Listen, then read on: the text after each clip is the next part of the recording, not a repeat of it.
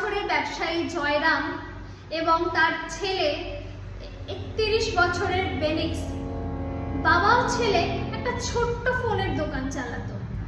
19শে June রাত্রির বেলা দোকান বন্ধ করতে একটু দেরি হওয়ায় প্রথমে বাবাকে পুলিশ থানায় নিয়ে যান এবং পরে ছেলে বেনিক্স বাবাকে ছাড়াতে থানাতে গেলে বেনিক্সকেও আটকে রেখে দেওয়া হয়। এরপর যা হলো তা শুনলে আপনার রক্তহীন হয়ে যাবে।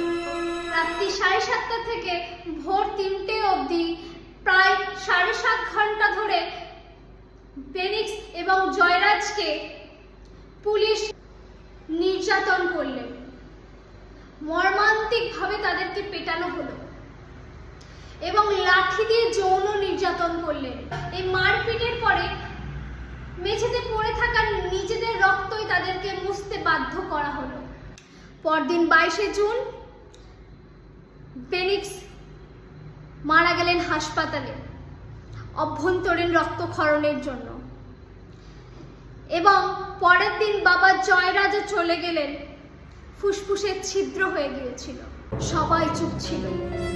সিসিটিভি ফুটেজ মুছে ফেলা হলো, রক্তের দাগ ধুয়ে ফেলা হলো।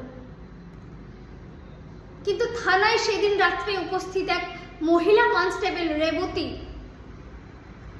সে চুপ রইল না। নিজের এবং তার পরিবারের নিরাপত্তার কথা না ভেবেও সে ম্যাজিস্ট্রেটের কাছে সব বলে দিলেন।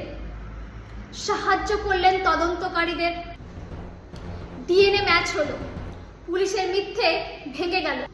2026 সালে এই 9 পুলিশ অফিসারকে কোর্ট দোষী সাব্যস্ত করলেন এবং তাদেরকে মৃত্যুদণ্ডের আদেশ দিলেন। এর থেকে আপনারা কি মনে করেন, এই রায় কি ভারতবর্ষের পুলিশি নির্যাতনকে কমাবে? কমেন্টে জানান।